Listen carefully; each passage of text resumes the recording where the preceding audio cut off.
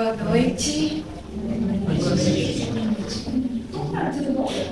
Vou ler um textinho de Emmanuel, do livro O Rumo Certo, psicografado por Chico Xavier.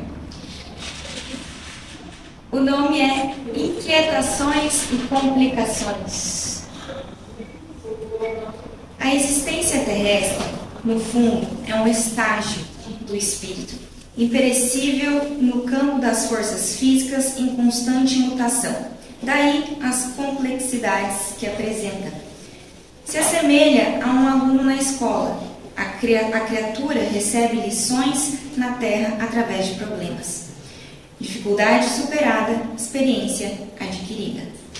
Em todos os momentos de acervidade e aspereza do cotidiano, confiemo-nos ao infinito poder da criação, de que nos achamos totalmente envolvidos em qualquer ponto do universo. Não existem questões insolúveis para a divina providência, e dentro de semelhante convicção, aprendamos a satisfazer os compromissos que as criaturas nos reservem, sem superestimar ou subestimar os acontecimentos que nos cercam. Equilíbrio edificante e paciência operosa. Frequentemente, a aflição é a nossa própria ansiedade, respeitável, mas inútil, projetada no futuro, mentalizando ocorrências menos felizes, as quais, em muitos casos, não se verificam como supomos e, por vezes, nem chegam a acontecer.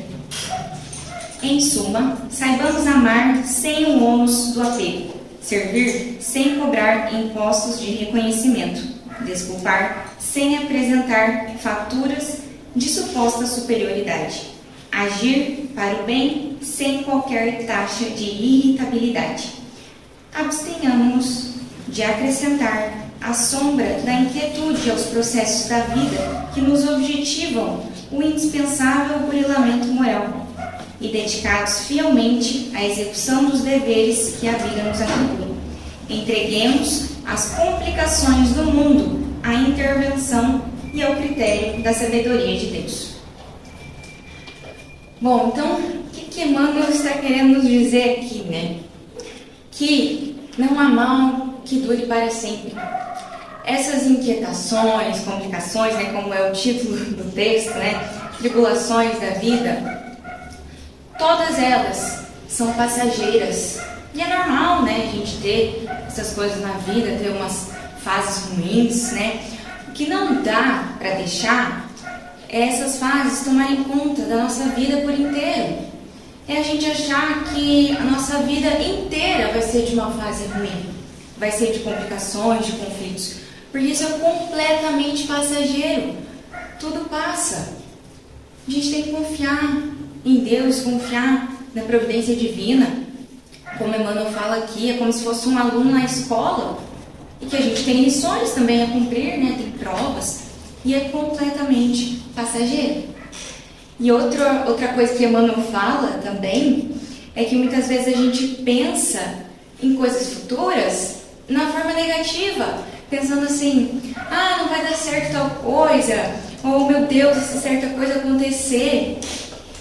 E isso o Emmanuel fala, inclusive a Joana de Anjos, se não me engano, falava também, que muitas vezes essas coisas que a gente fica imaginando para o futuro, essas coisas ruins, muito provavelmente não vai acontecer, e isso nos adoece.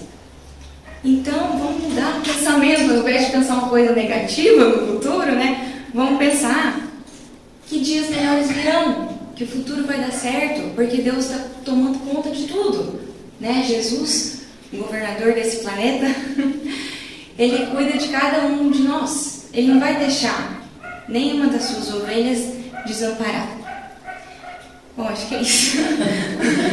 Vamos fazer uma oração então, para depois dar seguimento à palestra oficial. Vamos fechar nossos olhos, concentrar o pensamento em Jesus. Amado Mestre Jesus, que o Senhor possa nos abençoar imensamente. Abençoe nossos familiares e amigos. Que nunca nos falte coragem e resignação para enfrentar essas tribulações da vida, mas que também nunca nos falte a fé em Deus, fé no futuro, confiar, que dias melhores virão. Tudo passa. Ilumine sempre o nosso caminho, Jesus. Que assim seja. Bom, agora sim, passo a palavra para Arlene Gonçalves, que é trabalhadora aqui mesmo da Casa de Francisco.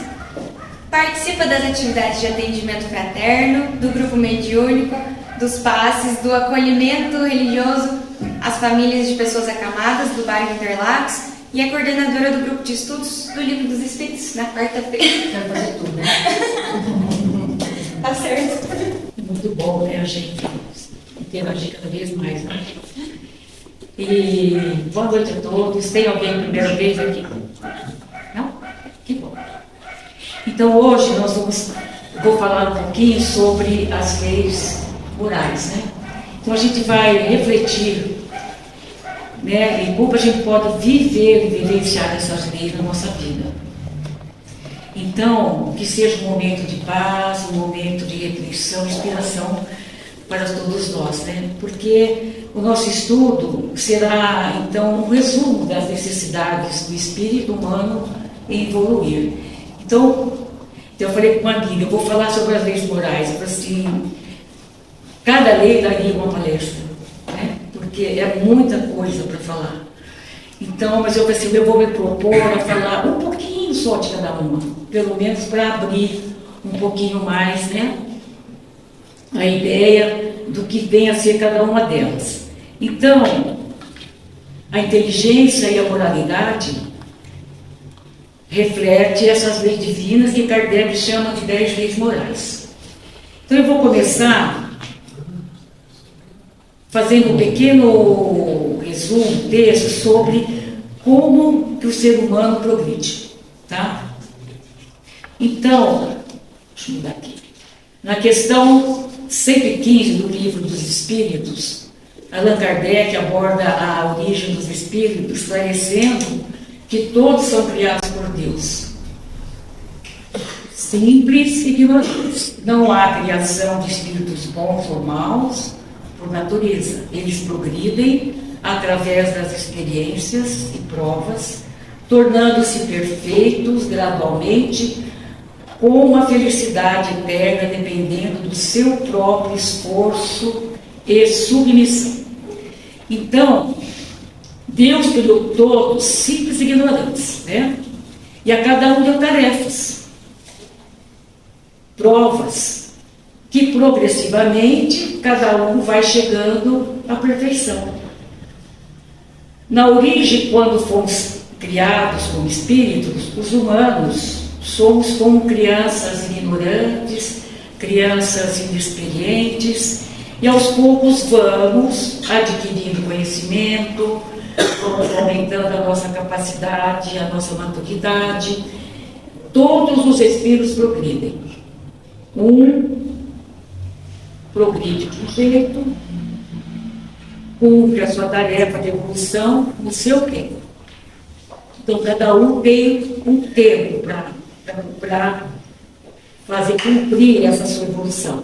Alguns espíritos aceitam as tarefas e provas e chegam, né, depressa ao destino final, que Jesus chamava de reino de Deus. Outras pessoas se recusam a permanecer. Então se permanecem afastados da perfeição e da felicidade. Então, uns avançam e outros, sem coragem, sem vontade, acabam deixando para lá, né, sem trabalhar essa perfeição. Então, em que dimensões progride os espíritos? Nós aprendemos que nas questões 780 e 780A do Livro dos Espíritos, progride de duas dimensões: inteligência, capacidade intelectual, e moralidade, capacidade de amar o próximo como a si mesmo. Então, na questão 780, o progresso moral acompanha o progresso intelectual? Kardec pergunta para os espíritos, né? Resposta: decorre deste, mas nem sempre o segue imediatamente. Então, o intelecto geralmente desenvolve primeiro, pois o homem precisa adquirir conhecimentos para compreender as leis morais. No entanto, ser inteligente não garante ser bom, ter moralidade, né? No mesmo passo. E na questão 780A, como pode proceder intelectual engendrar o processo moral? Fazendo compreensíveis o bem e o mal. O homem, desde então, pode escolher o desenvolvimento do livre-arbítrio, acompanhando a inteligência e aumenta a responsabilidade dos atos. Então, quando o homem entende intelectualmente as consequências de suas ações, que é bem e mal, ele assume a maior responsabilidade moral nas suas escolhas, porque ele já tem a consciência do que é certo, do que é errado. Então, o progresso intelectual gera o processo moral. Como? Fazendo compreensíveis o bem e o mal, a gente progride intelectualmente até ter condição de diferenciar o bem, o que é o lado do bem, e o bem, o que é o lado do mal. Que a gente vai começar a compreender isso. Aí o ser humano pode escolher utilizando o seu livre-arbítrio, porque na medida do desenvolvimento, o livre-arbítrio também evolui. E aí vai aumentando a nossa adesão a atos e aumentando a nossa responsabilidade por esses atos. Então, vamos falar um pouco sobre a capacidade intelectual, a capacidade de raciocinar. Como é que a gente faz isso? Estudando. Pois, quanto mais a gente estuda, mais se capacita intelectualmente, mais a gente evolui na área do intelecto, na área do conhecimento. Então, nós temos que estudar para compreender as coisas. Quando também a gente estuda, mais se capacita intelectualmente na memória, mais a gente evolui na área do conhecimento. Quando também a gente aplica um raciocínio numa atividade. Então, a gente tem conhecimentos gravados na nossa consciência, que fica lá guardadinho. De repente, vai fazer uma atividade e aquilo aflora. Aí você se lembra e você usa aquele conhecimento no dia a dia. Então, exploramos a capacidade intelectual, nos progredimos intelectualmente toda vez que estudamos o porquê e o como dos fenômenos. Então, por exemplo, por que a chuva cai? Por que o céu é azul? Por que o preço aumenta se a demanda aumenta? Como se controla o peso corporal sem prejudicar a saúde? Lembrando que essas perguntas envolvem uma outra, como é que nós aprendemos? Como que a gente aprende? Então, nós progredimos intelectualmente, sempre que usamos o nosso raciocínio. Outra coisa é resolver problemas na área do nosso trabalho. O nosso trabalho, qualquer que seja, a gente sempre nos coloca problemas para resolver. Problemas do tipo fáceis, problemas mais complicados, e que a gente tem que resolver, né, de maneira favorável, não só para mim, mas para o outro também. Então, é uma maneira da gente estar usando esse nosso intelecto, essa nossa inteligência, o nosso raciocínio, para resolver tal coisa. Às vezes, quando a gente faz uma análise de uma posição religiosa, você está querendo mudar de religião, conhecer uma outra doutrina, você vai fazer leitura sobre isso, vai fazer juízos de valores, para ver se realmente aquilo procede. Então, a gente está colocando o nosso raciocínio para trabalhar. Isso é uma maneira boa de colocar o cérebro para funcionar. E quando colocamos a mente para funcionar, a gente acaba aprendendo uma porção de coisas. O mesmo acontece quando a gente tenta criar, por exemplo, uma obra de arte. E o que eu preciso para criar uma obra de arte, não é? Eu preciso de ter sensibilidade, criatividade, né? Inteligência, quantas coisas estão envolvidas que eu tenho que puxar na minha mente, né? Para que eu possa estar criando alguma coisa. Então, o progresso intelectual, quando eu utilizo meu raciocínio, uma tarefa das quais elenquei, então o raciocínio é uma coisa que acontece na nossa razão, dentro da nossa cabeça sempre. Sempre está aqui na nossa cabeça. E o progresso moral significa a arte de tratar bem as outras pessoas, de relacionar bem com todos.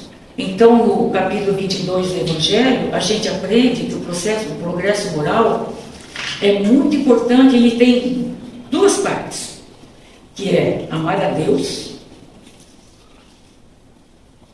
com todos os nossos pensamentos e ações. E o segundo, amar o próximo como nós mesmos. Então, essas duas, né, para que a gente tenha que aprender.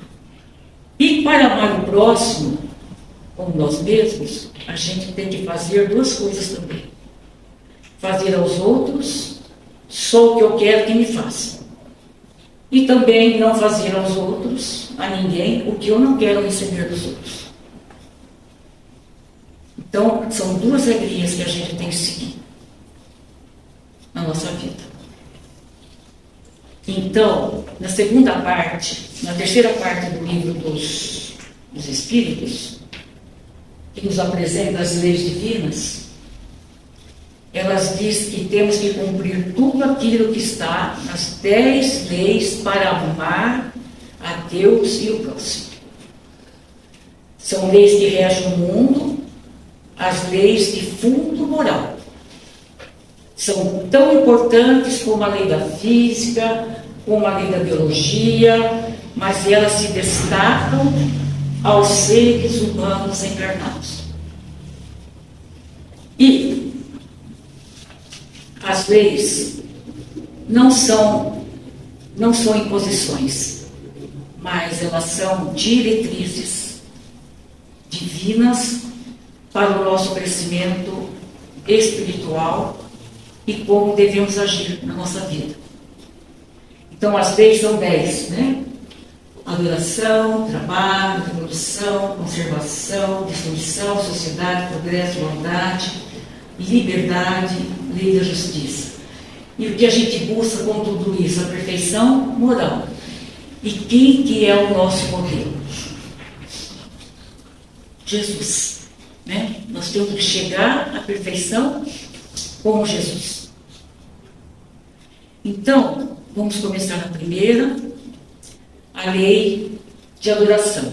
A lei de adoração do Espiritismo é a primeira lei moral do Livro dos Espíritos, definida como sentimento inato e a elevação do pensamento a Deus. Ela dispensa ritos, templos, focando no culto interior, sinceridade na prática do bem e caridade, como forma de verdadeira de adorar e respeitar o Criador.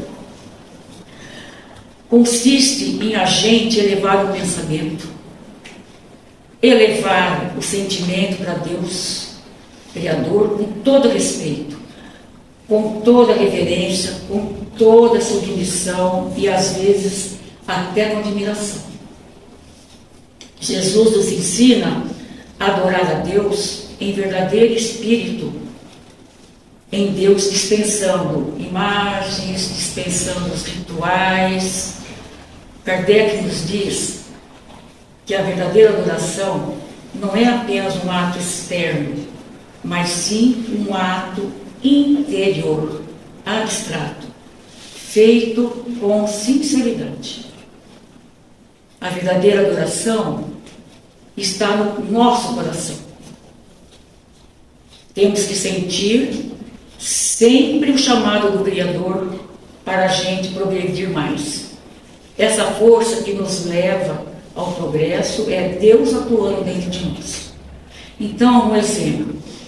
Se uma pessoa ajuda o próximo, né, com amor, faz uma prece antes de dormir, uma prece antes, na hora que levanta, o que agradece pelas coisas da vida, está vivendo a lei da adoração, né?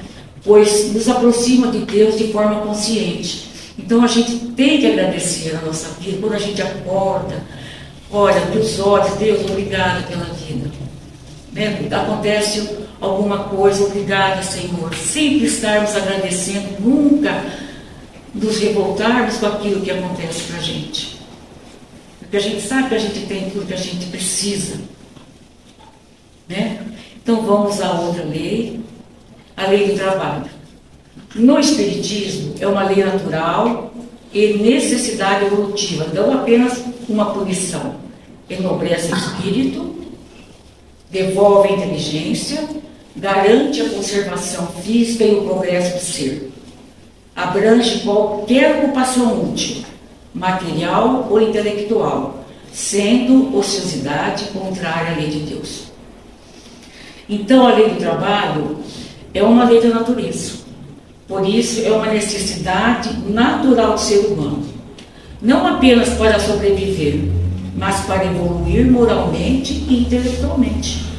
Pois, segundo os ensinamentos espíritas, trabalhar é uma forma de desenvolver nossas capacidades, construir para o progresso do mundo e crescer como espírito. Toda ocupação útil, seja ela braçal, seja ela intelectual, é trabalho. Toda ocupação é trabalho. Mesmo até uma pessoa que não precisa trabalhar, que tem bens, que pode ficar em casa, mas ela tem a obrigação de ajudar a família, ajudar quem precisa, se envolver com outras coisas para poder ser útil. E agradecer, né? Pois o trabalho evita o ócio prejudicial, desenvolve a disciplina, a responsabilidade, fortalece a dignidade, ajuda na evolução espiritual e ele é uma forma de aprendizado constante.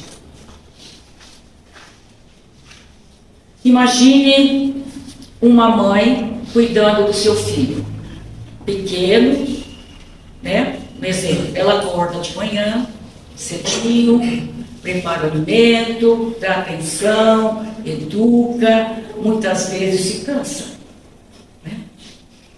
Na visão material, isso pode parecer obrigação, que muitos acham, né? Mas na visão espiritual, é trabalho no sentido mais profundo. Desenvolve o amor, a paciência, a responsabilidade.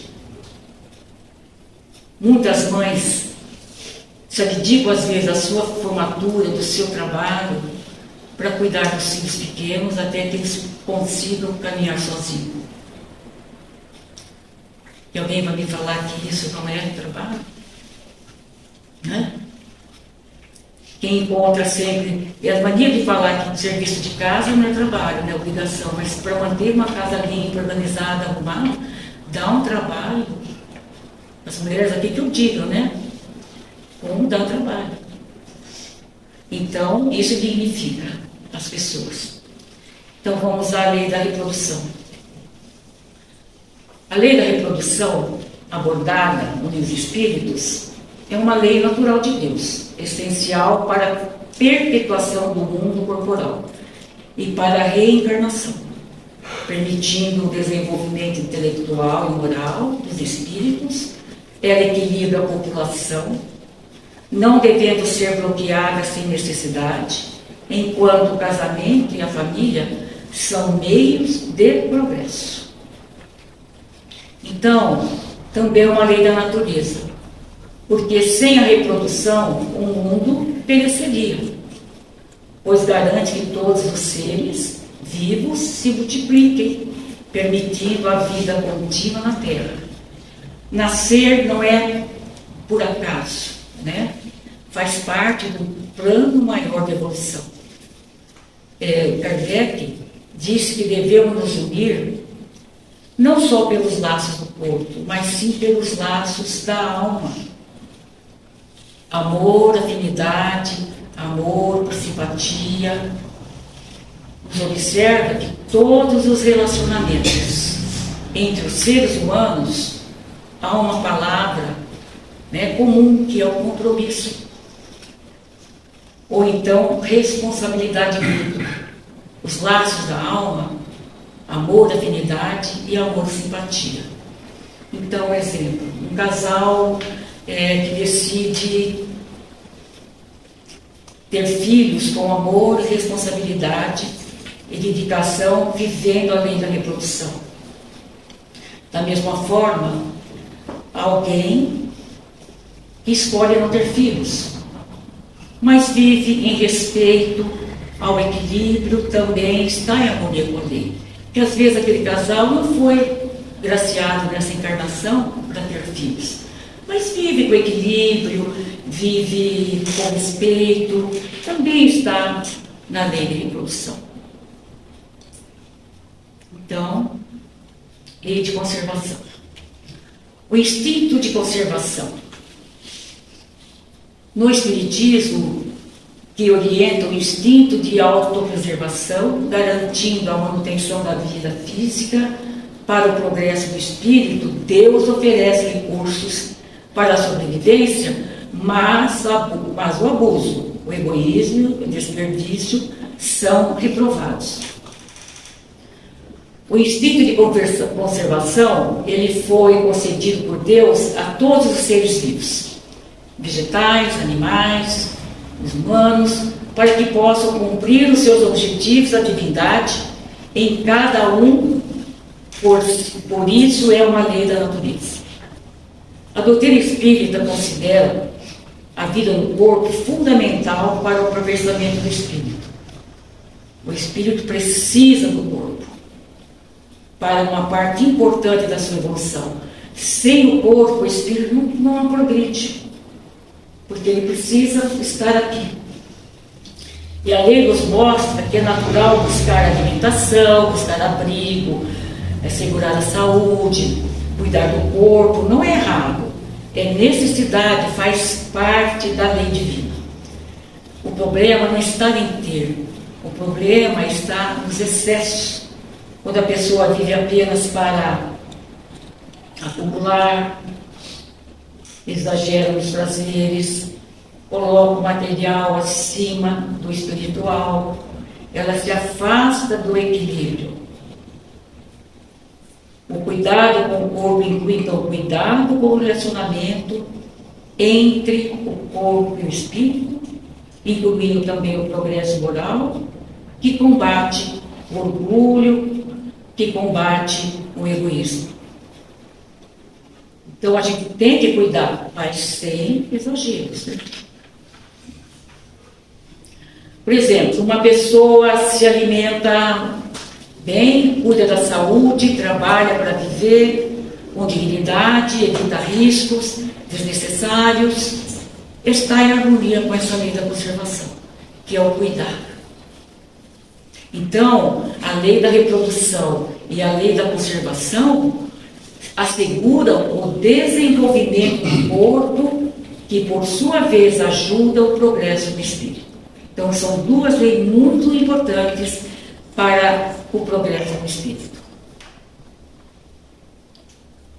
Então, a lei de destruição, abordada, é um princípio natural de transformação e de renovação, não de aniquilamento. A destruição material é necessária para a evolução e regeneração, permitindo que os seres se transformem enquanto o espírito permanece indestrutível, evoluindo através de sucessivos renascimentos. Então, a lei de destruição, quando ouvimos essa palavra destruição, pensamos em dor, pensamos em perdas, né? Que destrói tudo. Mas na visão espiritual, A destruição, ela é de uma forma de renovação. Nada se perde. Tudo se transforma. A gente ouve muito isso, né? Um complemento desse processo, o corpo do ser humano morre para renascer, para prosseguir a sua evolução espiritual. A caminho da inteligência, a caminho do amor, e há dois tipos diferentes de destruição. A destruição natural, que é a morte natural que desencarna. E a destruição abusiva, que é provocada por seres humanos, por orgulho, por ambição, por egoísmo. Então, quando a gente vê a guerra, os assassinatos, né? Seres vivos, mortos, pescas predatórias, agressão a uma floresta, isso tudo choca a gente, né? E no Livro dos Espíritos, o que alguns chamam de destruição, Kardec chamou de transformação. E a finalidade é dar ensejo às novas vidas. A pessoa morre, passa um tempinho no plano espiritual, aprendendo várias coisas, e depois volta aqui, renasce outra vez no mundo carnal e vai aprendendo coisas. Progride. Quanto mais viver, mais a gente progride. Então, a importância de a gente estar sempre aqui se renovando. Então, a lei de destruição não é o fim da vida, mas o convite à transformação. Quando aprendemos isso, passamos a enxergar as perdas não como castigo mais, mas como oportunidade de recomeçar e crescer. Deus não destrói sem finalidade. Ele transforma para renovar. E, na renovação, encontramos sempre uma nova chance de crescer. Por exemplo, a gente vê, um exemplo simples, a gente vê uma árvore, vou falar do ipê, que é bem nítido essa imagem. A gente vê os ipês, eles estão todos verdinhos, né? De repente, de uma hora para outra, ou está amarelo, ou está rosa, ou está branco. Tudo. Passa em uma semana, no máximo 2, caem todas as flores, ele fica como se tivesse morrido, seco, sem folha, sem vida. Mas de repente, não passa um pouquinho, ele já está todo florido novamente. Né? E é a renovação isso. É um exemplo simples, mas mostra para a gente como tudo se transforma. E transforma para o melhor. Né? Só que a gente às vezes é negativo, né? Fica pensando em outras coisas. Então, vamos aprender. A lei da sociedade. No Espiritismo, estabelece que viver em comunidade é uma lei natural, essencial para o processo moral e intelectual. O isolamento é considerado contrário à natureza, pois a convivência impulsiona a ajuda mútua, o amor ao próximo e o aprimoramento das faculdades individuais que se completam. Então, Kardec ensina que Deus criou o ser humano para viver com os outros.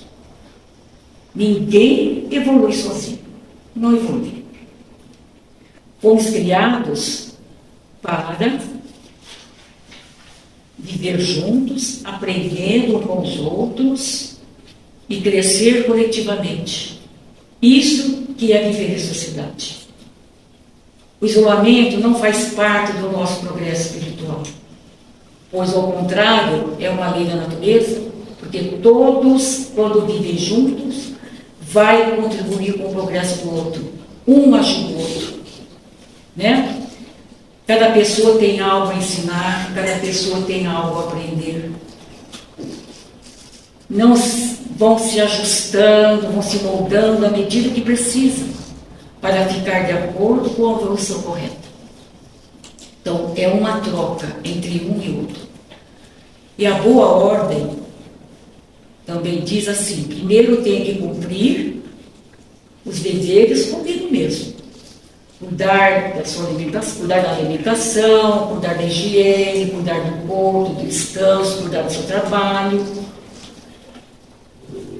E quem tem cortesia, generosidade, caridade, está cuidando dos deveres com a sociedade. Porque para o espírito evoluir, tem que cumprir deveres para consigo mesmo e com a sociedade. Todos temos deveres a cumprir. Então, exemplo, participar de ações solidárias, ajudar quem precisa, visitar doentes. A sociedade se fortalece quando há solidariedade. Vocês viram aí o exemplo da Kate falar hoje agora, né? Mostrar a campanha que fizemos da Páscoa das Crianças. Quantas pessoas ajudaram, quantas crianças a gente fez feliz nessa entrega desses livros da Páscoa, né? E as pessoas, sendo solidárias, permite que a gente consiga cada vez mais fazer ações desse tipo, para ajudar o nosso próximo. Se hoje a gente encontra dificuldade nas relações, talvez não seja castigo, mas oportunidade de crescimento, porque Deus não colocou por acaso, mas por necessidade de evolução. Porque às vezes a gente acha que a gente está num lugar que a gente não merecia estar. A gente está num trabalho que a gente não gosta. Mas Deus, os familiares, né? Então Deus colocou onde a gente precisa estar para evoluir. Então, isso que a gente tem que pensar. Progresso. Integrante das leis morais. Afirma que todos os seres evoluem incessantemente, de simples ignorantes até a perfeição através da reencarnação. Essa evolução é divina, irrevestível e gradual, equilibrando o avanço intelectual, tecnologia e razão, com a moral, amor e ética, impulsionando a humanidade a superar o egoísmo e o orgulho. Então, o ser humano não foi criado para viver sempre no estado primitivo. É uma lei divina natural que determina a evolução constante, gradual e inevitável para todos os seres da simplicidade, a ignorância e a perfeição. Então, todos nós fomos criados para que a gente evoluísse. A reencarnação é o mecanismo principal permitindo o aperfeiçoamento, né, intelectual e moral, através de múltiplas existências. Então, através de várias encarnações, que a gente vai cada dia subindo, né, um degrauzinho ali para chegarmos à perfeição. Nem todos progridem do mesmo jeito, ou ao mesmo tempo. Então, os que progridem primeiro ajudam o progresso dos outros pelo contato social. De acordo com o Espiritismo, a dor e os desafios da vida servem como motores que impulsionam o progresso, incentivando a reforma íntima, a prática do amor e da caridade. Então, o progresso moral é uma consequência do progresso intelectual. Porque quando a gente tem um pouco de progresso intelectual, a gente vai diferenciando o que é o bem e o que é o mal. Quando a gente estuda, mais desenvolve a nossa capacidade de cabeça, mais a gente consegue analisar as coisas, porque aí vai clareando, né? E essa análise nos faz concluir que isso é uma coisa, que isso é outra coisa. A gente vai conseguindo separar as coisas. Então, o progresso da humanidade é sempre lento e o progresso do indivíduo também é lento. Quando não progredimos tão depressa como deveríamos, então as leis divinas trazem abalos. Às vezes são abalos graves, como erupções vulcânicas, maremotos, terremotos, pandemias, né? E nesses abalos físicos, morre muita gente. E esse abalo físico acaba causando um abalo moral. E a pessoa vai pensando, pera, estou precisando melhorar. E isso vai transformar aquela pessoa. E o Kardec nos lembra sempre: os obstáculos maiores do progresso moral é o egoísmo e o orgulho. Temos que combater isso para a gente se libertar. Porque se a gente continuar com essas limpinhas, a gente não vai melhorar. Então, cada dia pensar, fazer uma análise, o que eu preciso melhorar, né? Ainda falta muito para o progresso moral atingir o nível do progresso intelectual. Porque tem muita gente sabida, sabe? Mas tem pouca gente praticando o amor ao próximo, a caridade, como Jesus quer. Tem gente que sabe muito, mas não consegue colocar em prática. Saber, muito bom, mas temos que fazer acontecer. Lei da igualdade. O Livro dos Espíritos postula que todos os espíritos são criados simples e ignorantes por Deus, tendendo à mesma perfeição. Sem privilégios naturais, embora as aptidões e posições sociais variem. Deus não concede superioridade natural, igualando a todos perante as leis morais, no nascimento e no túmulo. A desigualdade social é fruto do orgulho e o egoísmo, enquanto a diferença nas aptidões visa a solidariedade e o progresso mútuo. Então, Kardec pergunta para os espíritos: perante Deus, os homens são todos iguais? Sim, todos têm o mesmo fim. Lembra do reino de Deus? E Deus fez as suas leis para todos. Costuma-se dizer que o sol brilha para todos, e quando assim falamos, você está falando de uma verdade maior e mais geral que pensamos.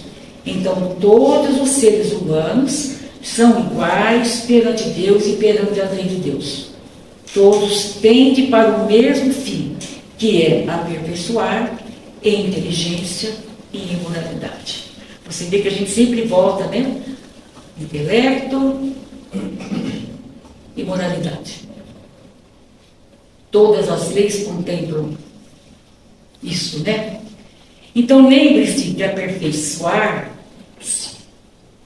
em moralidade é tratar bem os outros, nunca fazer ninguém sofrer. Isso que é o progresso moral. Todos os seres humanos são submetidos a todas as leis da natureza. Todos nascem fraquinhos, precisando de apoio. Todos se acham sujeitos às mesmas dores do corpo. O corpo do rico se destrói do mesmo jeito do corpo do pobre.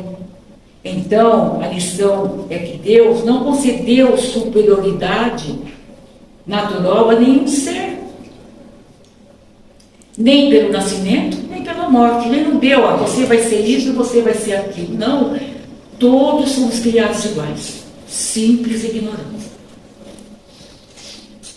E antigamente, né, os reis nobres se julgavam superior do resto dos cidadãos, porque Deus achava que Deus tinha lhes dado a tarefa de governar. Já viram falar de tal sangue azul? Achavam que tinha um sangue azul, né?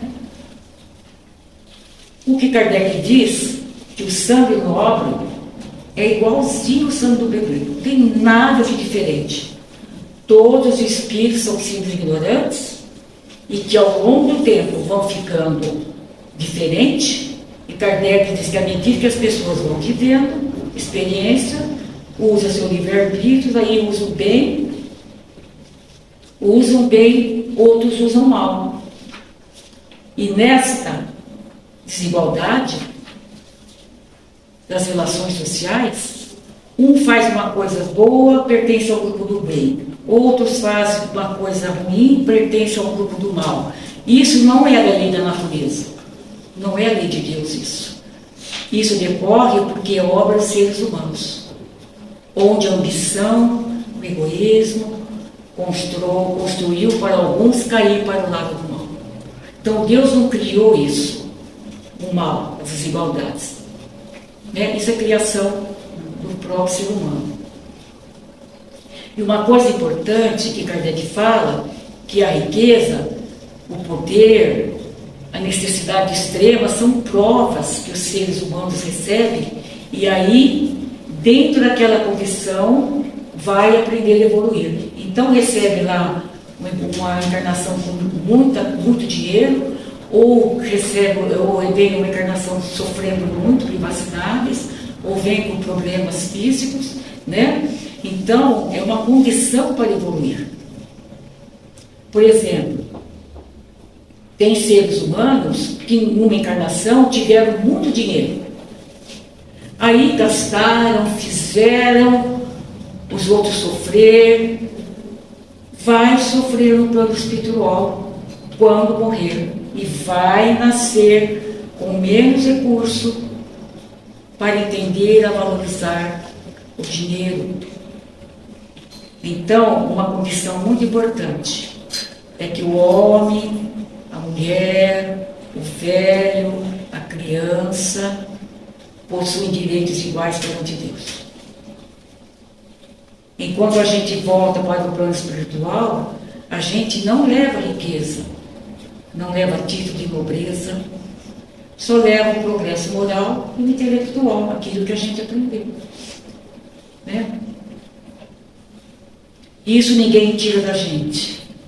Na prática da lei da igualdade, nos convida à fraternidade, à compreensão mútua, quando a gente percebe as diferenças que são temporárias, que não são educativas, a gente vai desenvolvendo empatia, a gente vai desenvolvendo respeito, né, pelo próximo, independente da sua posição social e intelectual. Não fazer diferenças.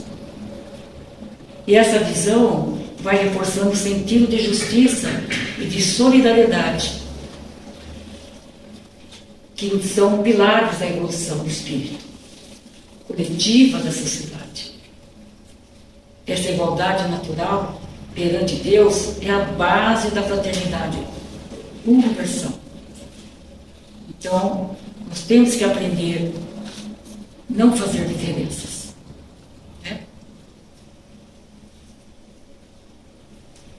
Lei da liberdade. Ai, meu Deus. O Espiritismo, o livro dos Espíritos, como ferramenta evolutiva. Todo espírito tem liberdade para agir e pensar, sendo, porém, responsável pelas consequências das suas escolhas. Esta lei destaca que a liberdade total pertence apenas a Deus, sendo humana, proporcional ao progresso espiritual. Então, o Espiritismo aborda, no livro dos Espíritos, define como livre-arbítrio, para pensar, agir, limitando pela responsabilidade moral. A respeito ao próximo, a verdadeira liberdade evolui com a nossa consciência, não sendo absoluta, pois é rígida pelas leis divinas, do amor, da justiça, e visando o progresso sempre. Os pontos fundamentais da lei da liberdade: o livre-arbítrio e escolha. O homem tem faculdade de decidir, mas é responsável pelas suas consequências e suas ações, tanto nessa vida quanto na vida futura. Limites à liberdade. A liberdade absoluta não existe, a gente sabe que não existe, pois vivemos em sociedade e somos dependentes uns dos outros, exigindo respeito, direito alheio. Liberdade do pensamento. Pelo pensamento, o ser humano é totalmente livre, pois não há entraves físicos. No entanto, deve cultivá-lo para o bem. Se tem um pensamento ruim, tira, né? A responsabilidade e consciência. A liberdade deve ser usada em harmonia, como as leis de Deus, a má utilização gerador, que é um mecanismo educativo para a reparação do aprendizado. Então, a lei da liberdade ensina ser livre não é fazer tudo o que a gente quer, mas agir em conformidade com a própria consciência de Deus. Se agirmos assim, estamos seguindo a lei da liberdade. Lei da justiça, amor e caridade. É a 10ª e a mais importante lei moral do livro dos Espíritos. Resumindo os deveres, né? Ela define justiça, como respeitar os direitos alheios, fazer aos outros o que queria que me fizessem, completa pelo amor e pela caridade, que é a benevolência, indulgência e perdão. Então, ela nos ensina a viver com retidão na justiça, com sentimento amor e com ação caridade. Porque justiça dá a cada um o que lhe é devido, com equilíbrio e responsabilidade. Amor, querer ver o outro, respeitar, compreender e acolher. Caridade, colocar o amor em prática, ajudar, servir, perdoar e ser paciente. E esses deveres não funcionam separados. Não existe verdadeira justiça sem amor. Não existe amor verdadeiro sem caridade. E a caridade é o amor em ação, né? Como a gente sabe.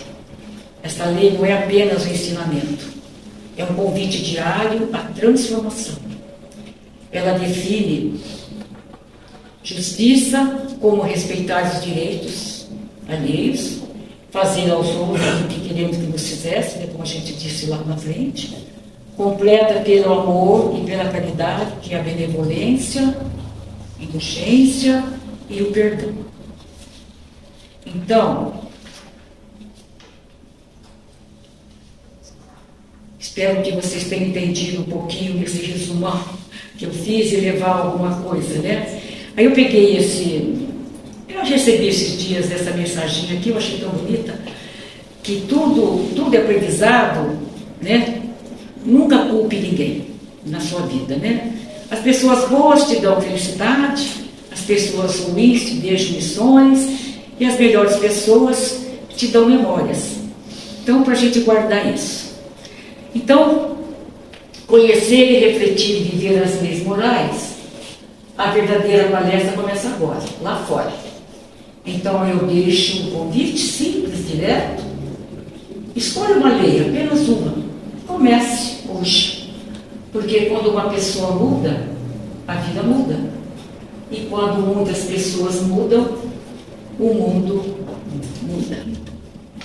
Então eu agradeço a vocês a paciência, né, de me aguentar aqui, e espero que eu tenha conseguido, né, levar um pouquinho. Agora, seria interessante vocês terem o livro dos Espíritos, ler as leis lá, porque é mais completo. Eu só fiz um resumo para falar um pouquinho de cada uma. Mas lá está explicando direitinho, que vocês podem ter um entendimento maior agora, né? Que a base é a intelectualidade e a moralidade, né? Elas não caminham junto ainda, mas com certeza vai chegar um dia que elas vão, com certeza, juntar uma com a outra, porque a gente tem que se esforçar cada vez mais, né? Aprendendo e ensinando, né? Passando, distribuindo tudo. Então, vamos agora para a nossa prece final. Eu já estou estudando agora.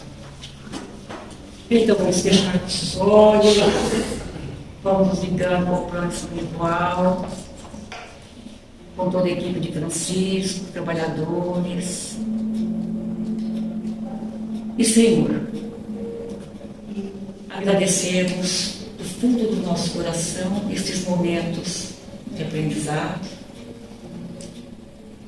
Que essas leis morais que hoje estudamos permaneçam em nossos corações, guiando os nossos pensamentos, palavras e atitudes. Ajuda-nos a praticar o amor e a caridade em cada passo de nossa caminhada. Abençoa, Senhor, esta casa que nos recebe, os trabalhadores, os assistidos. Abençoe os nossos familiares. Abençoe todos os nomes que se encontram na urna, para que sejam atendidos em seus lares. E assim, Senhor, daqui possamos ir para os nossos lares melhores do que aqui entramos. Que possamos ser levados logo mais, durante o nosso sono físico, para a espiritualidade, para que possamos continuar o nosso trabalho em benefício das pessoas que necessitam. E assim seja, Senhor. Graças a Jesus.